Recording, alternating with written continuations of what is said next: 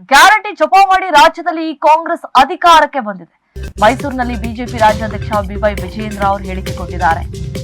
BJP ಸರ್ಕಾರದ ವಿರುದ್ಧ ಅಪಪ್ರಚಾರ ಮಾಡಿ ಅಧಿಕಾರಕ್ಕೆ ಬಂದ್ಬಿಟ್ಟಿದೆ. ಈಗ ಜನಸಾಮಾನ್ಯರ ಜೇಬಿಗೆ ಕಾಂಗ್ರೆಸ್ ಸರ್ಕಾರ ಕತ್ರಿ ಹಾಕ್ತಾ ಇದೆ. ಕಾಂಗ್ರೆಸ್ ಸರ್ಕಾರ ಬಂದ ಬಳಿಕ ದಿನಬಳಕೆ ವಸ್ತುಗಳ ದರ ಹೆಚ್ಚಾಗಿದೆ. ಪೆಟ್ರೋಲ್ ಆಗಿರ್ಬೋದು, ಡೀಸೆಲ್, ಹಾಲಿನ ದರ ಸೇರಿ ಎಲ್ಲದರ ಬೆಲೆ ಹೆಚ್ಚಾಗ್ಬಿಟ್ಟಿದೆ.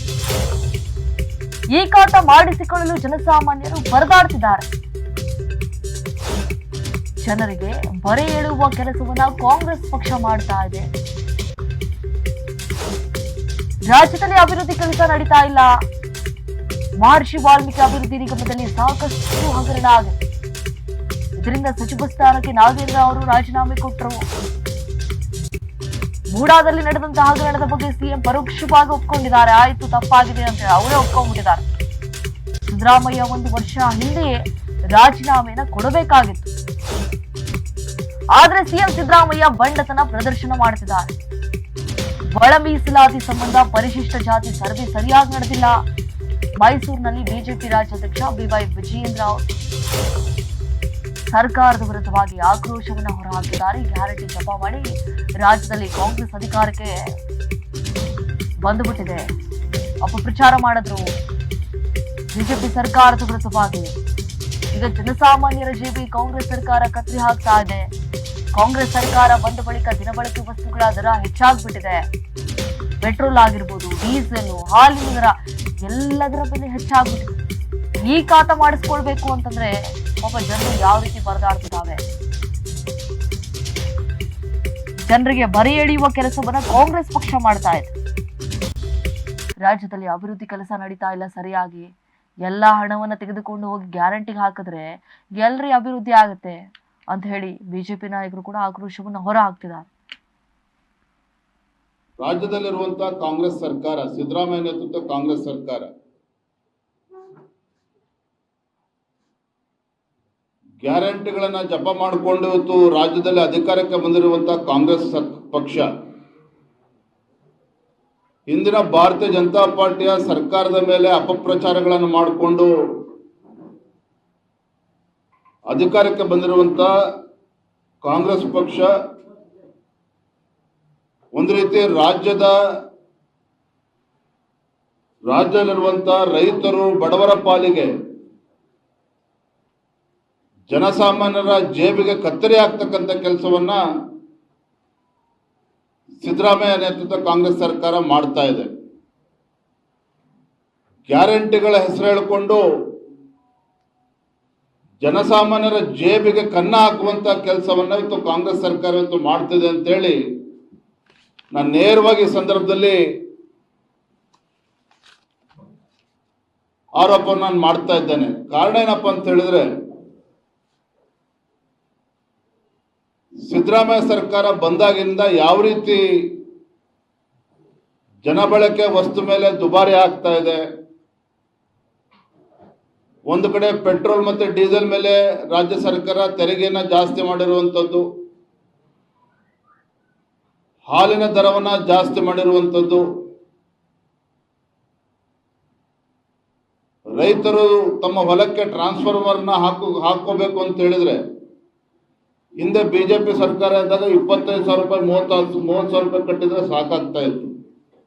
ಆದರೆ ಇವತ್ತು 2.5 ಲಕ್ಷ ರೂಪಾಯಿ ಕಟ್ಟಬೇಕಾಗುತ್ತೆ ಒಬ್ಬ ರೈತ ತನ್ನ ಹೊಲಕ್ಕೆ ಟ್ರಾನ್ಸ್ಫಾರ್ಮರ್ನ ಅಳವಡಿಸ್ಕೊಳ್ಬೇಕು ಅಂತ ಹೇಳಿದ್ರೆ.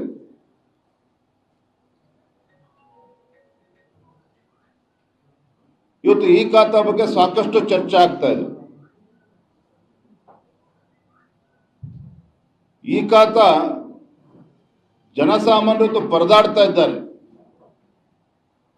ಅದನ್ನ ಸರಳೀಕರಣ ಮಾಡೋದ್ರ ಬದಲಾಗಿ ಇವತ್ತು ಬಡವರು, ರೈತರು ಈ ಖಾತವನ್ನ ಪಡೆದುಕೊಳ್ಬೇಕು ಅಂತ ಹೇಳಿದ್ರೆ ತಿಂಗಳಾನ್ಗಟ್ಲೆ ಪರದಾಡ್ತಕ್ಕಂಥದ್ದು ದುಸ್ಥಿತಿಗೆ ಇವತ್ತು ರಾಜ್ಯ ಸರ್ಕಾರ ತಂದಿಟ್ಟಿರ್ತಕ್ಕಂಥದ್ದು.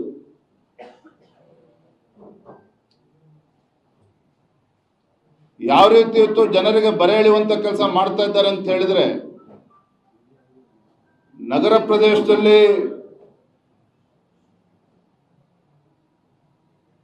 ಆಸ್ತಿಯ ಮೇಲೆ ಇವತ್ತು ತೆರಿಗೆ ಜಾಸ್ತಿ ಮಾಡಿರ್ತಕ್ಕಂಥದ್ದು ಒಂದು ಕಡೆ ಆದರೆ ಗ್ರಾಮೀಣ ಭಾಗದಲ್ಲೂ ಸಹ 2 ಪಟ್ಟು ಇವತ್ತು ತೆರಿಗೆನ ಜಾಸ್ತಿ ಮಾಡ್ತೇವೆ ಅಂತೇಳಿ ಈಗಾಗಲೇ ರಾಜ್ಯ ಸರ್ಕಾರದ ಮಟ್ಟದಲ್ಲಿ ಚಿಂತನೆ ನಡೀತಾ ಇದೆ. ಅಂದ್ರೆ ಅಧಿಸೂಚನೆಯನ್ನು ಹೊರಡಿಸಿದ್ದಾರೆ. ಬಡವರಿಗೆ ಬರೆ ಎಳೆಯುವಂತ ಕೆಲಸವನ್ನ ರಾಜ್ಯ ಸರ್ಕಾರ ಮಾಡ್ತಾ ಇದೆಯೇ ವಿನಃ ರಾಜ್ಯದಲ್ಲಿ ಯಾವುದೇ ಒಂದು ಅಭಿವೃದ್ಧಿ ಕೆಲಸ ಕಾರ್ಯಗಳು ನಡೀತಾ ಇಲ್ಲ. ಅಲ್ಪಸಂಖ್ಯಾತರನ್ನ ಓಲೈಕೆ ಮಾಡುವಂಥದ್ದು, ಮತ್ತೊಂದು ಕಡೆ ಭ್ರಷ್ಟಾಚಾರ. ಯಾವ ರೀತಿ ಭ್ರಷ್ಟಾಚಾರ ನಡೀತಾ ಇದೆ ಅಂತ ಹೇಳಿದ್ರೆ,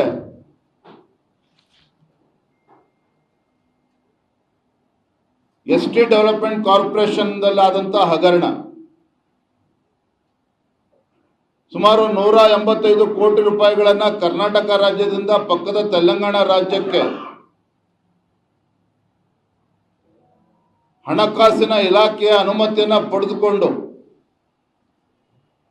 ಪಕ್ಕದ ರಾಜ್ಯಕ್ಕೆ ವರ್ಗಾವಣೆ ಮಾಡಿ ಅಲ್ಲಿ ಸಾವಿರಾರು ಬೇನಾಮಿ ಅಕೌಂಟ್ಗಳನ್ನ, ಫೇಕ್ ಅಕೌಂಟ್ಗಳನ್ನ ತೆರೆದು ಹಣವನ್ನು ಲೂಟಿ ಮಾಡಿರುವಂಥದ್ದು ಇದು ಜಗಜ್ಜಾಹೀರಾಗಿದೆ.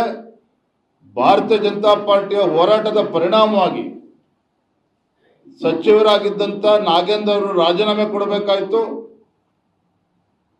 ಕಳೆದ ವಾರ ರಾಜ್ಯ ಉಚ್ಚ ನ್ಯಾಯಾಲಯ ಅದನ್ನು ಸಿಬಿಐ ತನಿಖೆಗೂ ಕೂಡ ವಹಿಸಿರ್ತಕ್ಕಂಥದ್ದನ್ನು ಕೂಡ ನಾವು ಗಮನಿಸಿದ್ದೇವೆ. ಮೈಸೂರಿನ ಮೂಡ ಹಗರಣ, ಬೆಂಗಳೂರಿಂದ ಮೈಸೂರಿನ ಪಾದಯಾತ್ರೆಯನ್ನು ಕೂಡ ನಾವು ಮಾಡಿದ್ವಿ, ತಮಗೆಲ್ಲ ತಿಳಿದಿದೆ. ರಾಜ್ಯದ ಗೌರವಾನ್ವಿತ ಮುಖ್ಯಮಂತ್ರಿಗಳು ಏನು ಹಗರಣನೇ ಆಗಿಲ್ಲ, ನಮ್ಮನ್ನ ತೇಜೋವಧ ಮಾಡ್ತಕ್ಕಂಥ ಕೆಲಸ ಭಾರತೀಯ ಜನತಾ ಪಾರ್ಟಿ ಮಾಡ್ತಾ ಇದೆ,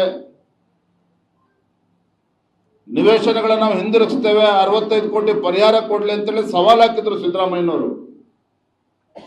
ಅದೇ ಸಿದ್ದರಾಮಯ್ಯನವರು ಯಾವುದೇ ಒಂದು ಪರಿಹಾರದ ನಿರೀಕ್ಷೆನ ಮಾಡ್ದೇನೆ 14 ನಿವೇಶನಗಳನ್ನ ಹಿಂದಿರುಗಿಸ್ತೇವೆ ಅಂತೇಳಿ ಮೂಡಾಗೆ ಪತ್ರ ಬರೆಸಿದ್ದಾರೆ ಅಂತ ಹೇಳಿದ್ರೆ, ಆಗಿರ್ತಕ್ಕಂಥ ದರೋಡೆಯನ್ನ ಅವ್ರು ಒಪ್ಕೊಂಡಿದ್ದಾರೆ, ತಪ್ಪನ್ನು ಒಪ್ಕೊಂಡಿದ್ದಾರೆ ರಾಜ್ಯದ ಮುಖ್ಯಮಂತ್ರಿಗಳು. ರಾಜ್ಯ ಸರ್ಕಾರದಲ್ಲಿ ಆಗ್ತಾ ಇರ್ತಕ್ಕಂಥ ಭ್ರಷ್ಟಾಚಾರಗಳನ್ನ ನೋಡೋದಾದ್ರೆ ಬಹುಶಃ ಸಿದ್ದರಾಮಯ್ಯನವರು 1 ವರ್ಷದಿಂದನೇ ರಾಜೀನಾಮೆ ಕೊಡಬೇಕಾಗಿತ್ತು.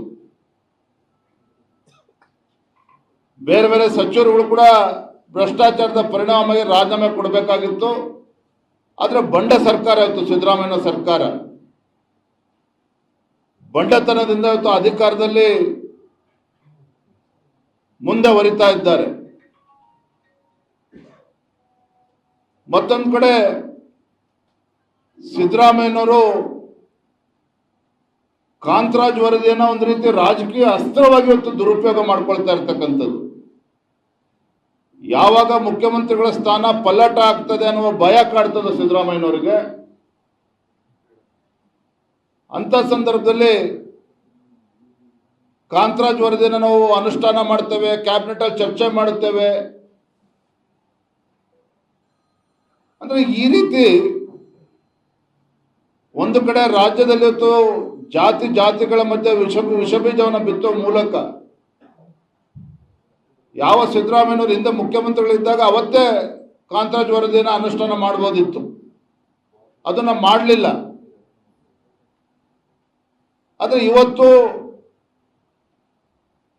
ತಮ್ಮ ಅವಧಿ ಪೂರ್ಣ ಆಗ್ತಿದೆಯಾ ಅಂತನೋ ಅಥವಾ ತಮ್ಮ ಮುಖ್ಯಮಂತ್ರಿ ಸ್ಥಾನ ಪಲ್ಲಟ ಆಗುವ ಭಯ, ಇದರ ಕಾರಣದಿಂದ 10 ವರ್ಷಗಳ ನಂತರದಲ್ಲಿ ನಾನು ಅನುಷ್ಠಾನ ಮಾಡ್ತೇವೆ ಅಂತೇಳಿ ಹೊರಟಿದ್ದಾರೆ ಸಿದ್ದರಾಮಯ್ಯನವರು. ನಾವು ಹೇಳಿದ್ವಿ ಭಾರತೀಯ ಜನತಾ ಪಾರ್ಟಿಯವರು, ಸಿದ್ದರಾಮಯ್ಯನವರೇ ಇವತ್ತು ಕಾಂತರಾಜ್ ವರದಿ ಮೊದಲನೇದಾಗಿ ಇದು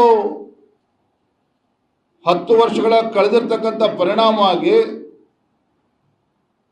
ಇದು ಖಂಡಿತ ಈ ಸಂದರ್ಭ ಅನುಷ್ಠಾನ ಮಾಡ್ತಕ್ಕಂಥದ್ದು ಅನ್ಸೈಂಟಿಫಿಕ್, ಇದು ಯಾವುದೋ ಕಾರಣಕ್ಕೂ ಇಂಪ್ಲಿಮೆಂಟೇಷನ್ ಮಾಡಬಾರ್ದು ಅಂತ ನಾವು ಒತ್ತಾಯ ಮಾಡಿದ್ವಿ. ಆದ್ರೆ ಒಪ್ಪಲಿಲ್ಲ ಸಿದ್ದರಾಮಯ್ಯನವರು. ಅದು ಈಗ 10 ಜನಪತ್ ಸೋನಿಯಾ ಗಾಂಧಿ ರಾಹುಲ್ ಗಾಂಧಿಯಿಂದ ಆದೇಶ ಬಂದಿದೆ ಅಂತ ಹೇಳಿ 165 ಕೋಟಿ ವೆಚ್ಚ ಮಾಡಿ ತಯಾರಾಗಿದ್ದಂಥ ಕಾಂತರಾಜ್ ವರದಿಯನ್ನು ಕಸದ ಬುಟ್ಟಿಗೆ ಹಾಕಿದ್ದಾರೆ. ಈಗ ಮತ್ತೆ ಹೊಸದಾಗಿ ನಾವು ಸರ್ವೆ ಮಾಡ್ತೀವಿ ಅಂತೇಳಿ ಇಡೀ ರಾಜ್ಯದಲ್ಲಿ ಗೊಂದಲ ಸೃಷ್ಟಿ ಮಾಡಿದ್ದಾರೆ. ಕಾರಣ ಏನಪ್ಪ ಅಂತ ಹೇಳಿದ್ರೆ ಕೇವಲ ಸ್ಟಿಕ್ಕರ್ಗಳನ್ನು ಅಂಟಿಸ್ಕೊಂಡು ಯಾವ ಸರ್ವೆನೂ ಮಾಡ್ತಾ ಇಲ್ಲ. ಸರ್ವೆ ಮಾಡಿ ಹಿಂದುಳಿದ ವರ್ಗಗಳಿಗೆ ನ್ಯಾಯ ಕೊಡಬೇಕು ಅಂತಕ್ಕಂಥ ಬದ್ಧತೆನೂ ಕೂಡ ಸಿದ್ದರಾಮಯ್ಯನವ್ರಿಗಿಲ್ಲ. ಆದರೆ ಕೇವಲ ಒಂದು ರಾಜಕೀಯ ಅಸ್ತ್ರವಾಗಿ ಇದನ್ನ ಬಳಸ್ಕೊಳ್ತಾ ಇದ್ದಾರೆ.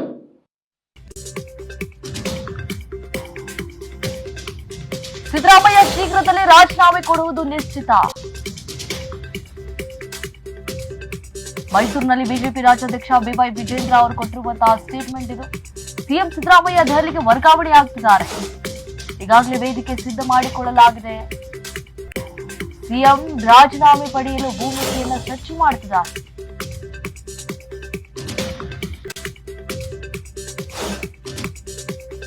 ಸಿಎಂ ರಾಜೀನಾಮೆ ಪಡೆಯಲು ಭೂಮಿಕೆ ಸಜ್ಜು ಮಾಡುತ್ತಿದ್ದಾರೆ. ಅದೇ ಕಾರಣಕ್ಕಾಗಿ ಸುರ್ಜೇವಾಲಾ ಬೆಂಗಳೂರಿಗೆ ಬಂದಿತ್ತು. ರಣದೀಪ್ ಸುರ್ಜೇವಾಲಾ ಶಾಸಕರ ಅಭಿಪ್ರಾಯವನ್ನು ಪಡೆದಿದ್ದಾರೆ.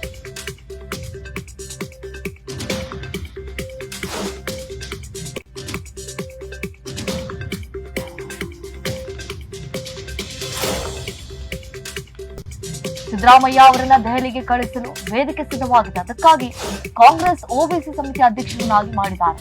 ಇದರ ಅರ್ಥ ಸಿದ್ದರಾಮಯ್ಯ ದೆಹಲಿಗೆ ಶಿಫ್ಟ್ ಆಗುವುದು ಖಂಡಿತ. ಮೈಸೂರಿನಲ್ಲಿ ಬಿಜೆಪಿ ರಾಜ್ಯಾಧ್ಯಕ್ಷ ಬಿವೈ ವಿಜೇಂದ್ರ ಅವರು ಕೊಟ್ಟಿರುವಂತಹ ಹೇಳಿಕೆ.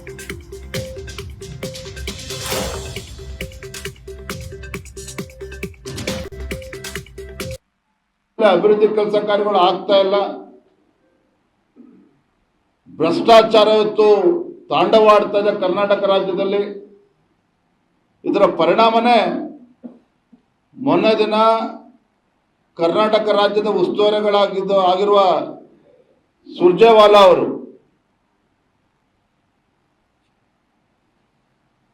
ಕರ್ನಾಟಕಕ್ಕೆ ಬಂದು ಬೆಂಗಳೂರಿನಲ್ಲಿ ಕೂತ್ಕೊಂಡು ಶಾಸಕರ ಅಭಿಪ್ರಾಯಗಳನ್ನು ಪಡೆದುಕೊಳ್ತೇನೆ ಅಂತ ಹೇಳಿ ಮುಖ್ಯಮಂತ್ರಿಗಳ ರಾಜೀನಾಮೆಯನ್ನ ಪಡೆದುಕೊಳ್ಳೋದಕ್ಕೆ ಒಂದು ಭೂಮಿಕೆಯನ್ನ ಈಗಾಗಲೇ ಸಜ್ಜು ಮಾಡಿದ್ದಾರೆ ಸುರ್ಜೇವಾಲಾರವರು. ಅಷ್ಟೇ ಅಲ್ಲ, ಇವತ್ತು ಪತ್ರಿಕೆ ನೋಡ್ತಾ ಇದ್ವಿ, ಸಿದ್ದರಾಮಯ್ಯ ಅವರನ್ನ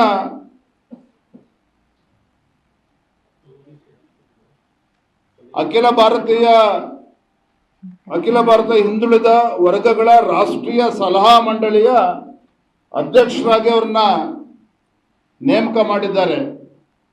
ಅಂದ್ರೆ ಮುಖ್ಯಮಂತ್ರಿಗಳನ್ನ ಸಿದ್ದರಾಮಯ್ಯನವರ ರಾಜೀನಾಮೆಯನ್ನ ಪಡೆದುಕೊಂಡು ದೆಹಲಿಗೆ ಟ್ರಾನ್ಸ್ಫರ್ ಮಾಡೋದಕ್ಕೆ, ವರ್ಗಾವಣೆ ಮಾಡೋದಕ್ಕೆ ಈಗಾಗಲೇ ಆದೇಶವನ್ನು ಕೂಡ ದೆಹಲಿ ಕೂತು ಮಾಡಿದ್ದಾರೆ.